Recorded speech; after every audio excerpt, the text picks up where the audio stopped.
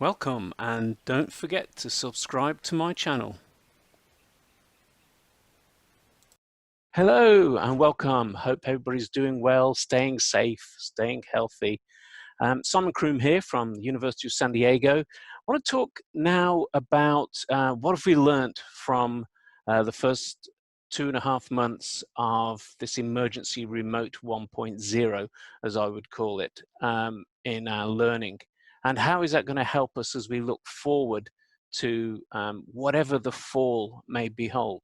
So I want to spend some time thinking about our life as faculty. So let me share my screen with you. We've all become relatively adept at the old Zooming. I'm probably about to demonstrate that I'm not as adept as I could be. Has been that the transition to Zoom or whatever platform has been quite a sobering experience for all of us. Traditionally, you know, the sage on the stage and the lecturer as an instructor has been our modus operandi. And I think that's really stayed very similar. In some ways, we've become the sage on the screen, but it's still very much focused on the lecturer as the instructor. To be frank, haven't had much time to do anything else but try and continue on our normal curriculum design. There are some changes. Firstly, we've moved from live consumed as it's delivered class lectures to live and recorded, consumed as delivered, but also consumed later. In other words, we're building inventory of some content-based material. A massive difference, I think we've all noticed, is that the research tells us the average attention span in a classroom lecture is under 14 minutes, just under 14 minutes is the average. In Zoom, watching videos, it's less than 7 minutes. So student attention span is half of what we're used to in the classroom. And for many of us, you know, that's a terrifying and sobering thought. I do think many of us have adopted project-centered learning in our curriculum in the classroom. And that has probably been one of the saving graces, as we'll see shortly. The challenge, I think, for students has been that it's not just our class that they're taking online or remotely. It may be 4 or 5 other courses. Certainly my students, the average is 5.5 courses per student in my class. So if I'm spending nearly 3 hours a week on Zoom with them, multiply that 5 or 6 times, you start to appreciate the Zoom overload.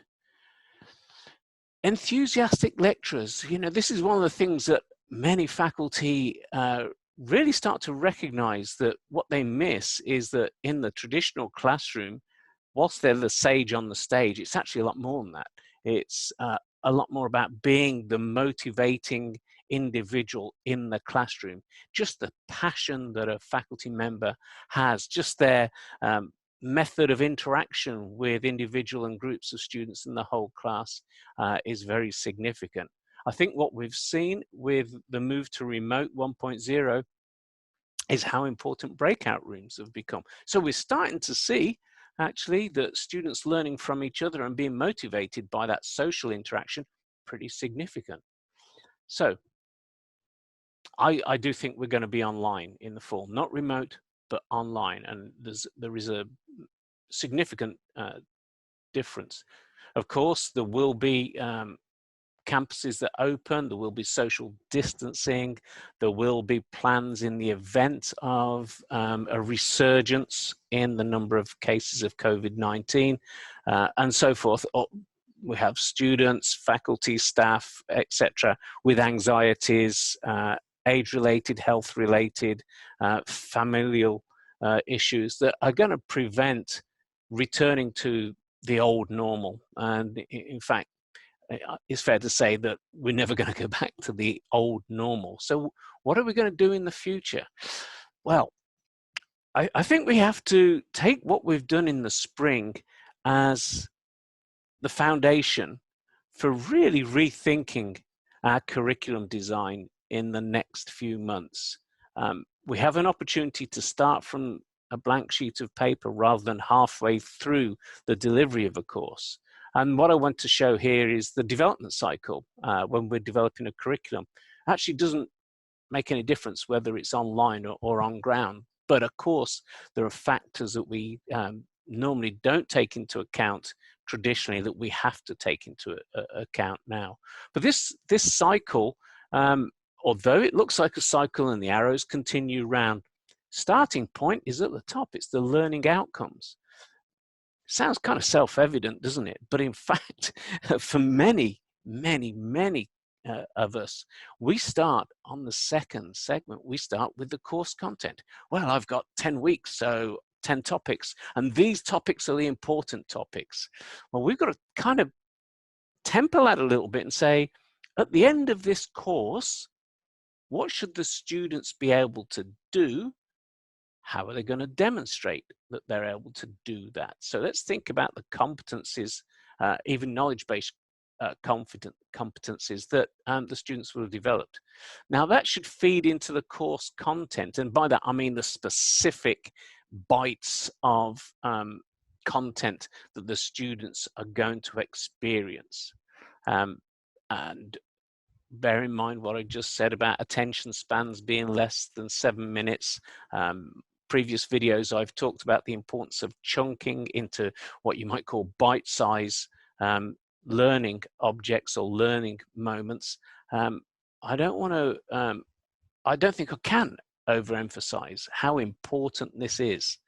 We might think that it's the kind of industrialization of education if we make it short bites, but in fact the educational psychology literature is pretty unequivocal that we know we learn well in small intense bursts, kind of like high impact exercise. You know, it's the same for the brain.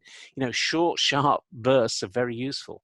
Now that content is embedded within our teaching methods and our teaching resources. So for example, we may deliver these learning objects, these bite-sized pieces of content asynchronously. Let's just put some videos up. Let's actually curate other videos. We may ask the students to undertake a task and report back. We may provide them with collaborative workspaces to respond to questions. We may give them textbook and publisher-based online materials. You know, however you want to do that, we're clearly looking at how do we get the students to develop their understanding, develop their knowledge, develop their competence, demonstrate that. And the demonstration comes in assessment. And I've already produced a video on assessment. To me, assessment is one of the most critical aspects of any educational process. And I'm going to talk a little bit about formative assessment, but I will put a link below this to my previous video on assessment. Absolutely fundamental to designing any curriculum, and particularly online. The role of assessment is not necessarily, you know, let's take a test and get, you know, a minimum of 8 out of 10, although that is a valid method of assessment. It's really to help the learner see where they're at. It's to help the learner to identify where there are gaps, to identify where their competence, and also to identify where they sit in relationship to the course expectations. And the monitoring and reviewing is really what we do with that assessment, and it feeds back into our learning outcomes. So one of the things to really keep in account is be flexible. Do not be afraid to change the curriculum content at, you know, a third of the way, half the way through your course. So this issue of back on campus or not, you know, is the classroom going to be available to us? Well, the answer is clearly not as it used to be. How do students learn? They learn socially. Learning is socially constructed. I'm a big fan of the writers on social constructivism in terms of development. And, you know, some of the people I've put on this slide, Bandura, Carol Dweck, who I think is astounding. Piaget, of course, and Cook. Seligman, one of the sort of leading proponents, and of course Vygotsky, who was, I guess, the originator of socially constructed theories in development psychology. The key thing is that students create meaning through their interactions. And those interactions can be with you, they can be in office hours, they can be in the classroom, they can be with their classmates in their project team, they can be with people they meet outside of the classroom, they can be with experiences with industrial mentors. But it's really important to recognize that we kind of don't learn in a vacuum. We learn in a socially constructed environment. So, thinking about your curriculum design, the learner has to be at the center of this. You really need to think long and hard about how you're going to design their experiences. You're a mentor, you're a coach, you're a guide.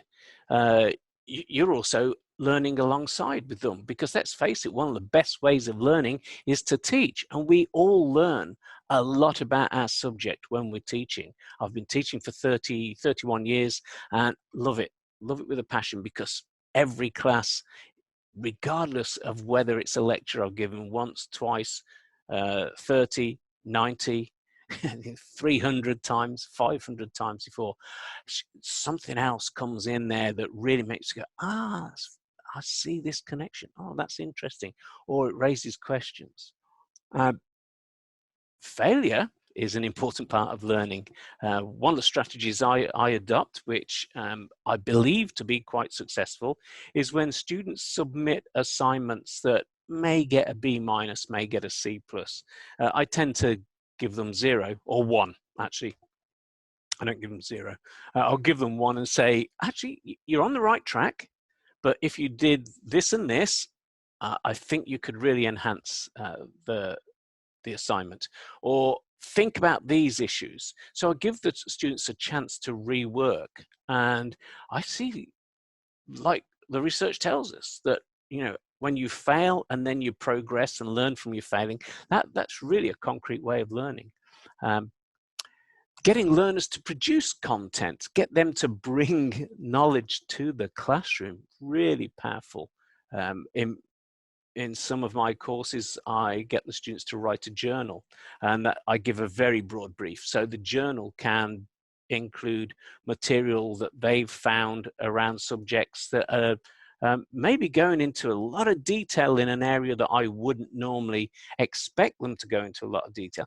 It may even be tangential to the topic, but you know, in many ways, seeing how that learning journal evolves through the course of a semester is really fascinating, and getting the students to reflect on that. I will do a lecture on learning journals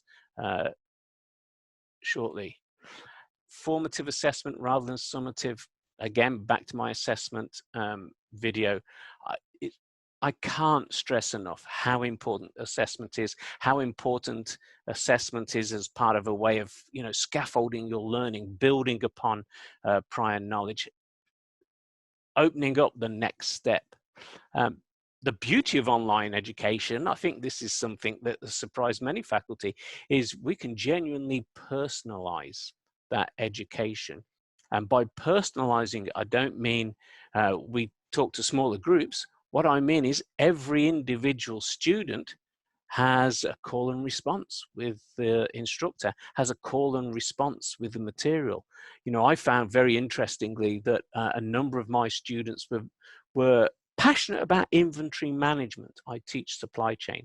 They were passionate about inventory management. And from a content point of view, I would normally spend maybe a week on inventory management on the assumption they'd already taken courses where we talk about inventory control techniques. So as a consequence, one of the things I was able to do is to say, well, look, with this next assignment, I'm happy for you to orient it towards inventory-based issues as one of the 3 dominant themes, you know, for example. So it got me to think about, well, how can I modify the assessment? Because they're clearly passionate about this area. it's a career opportunity for them to move into that field. So what can I do to try and adapt that? And then, of course, you know, I think we're used to, those of us who have office hours with students, we're actually used to listening to our students. And this is one of the most important points. It's almost like a mantra of mine, which is that there are two things that can happen in a classroom. I can talk or you can learn. I mean, it's not true, but it's largely true. It's largely true. So in an online environment, don't think that you're the person who has to do all of the talking. Let the student take the lead. Listen to the student. Be an active listener, because after all, it's the student's understanding of the knowledge, not your demonstration of your knowledge, that's important. And try to make sure that the technology is seamlessly integrated. That doesn't mean that you've got to be adapt to all the bells and whistles on Zoom or Google Meet, but it does mean that you've really got to think about what role technology is playing in the learning objectives. So thank you. Good luck in your preparation for the summer. I hope it's a great experience, and look forward to seeing you all shortly. Please comment below the video. Happy for you to reach out by email. A number of you already have, and click the subscribe button. Thank you very much.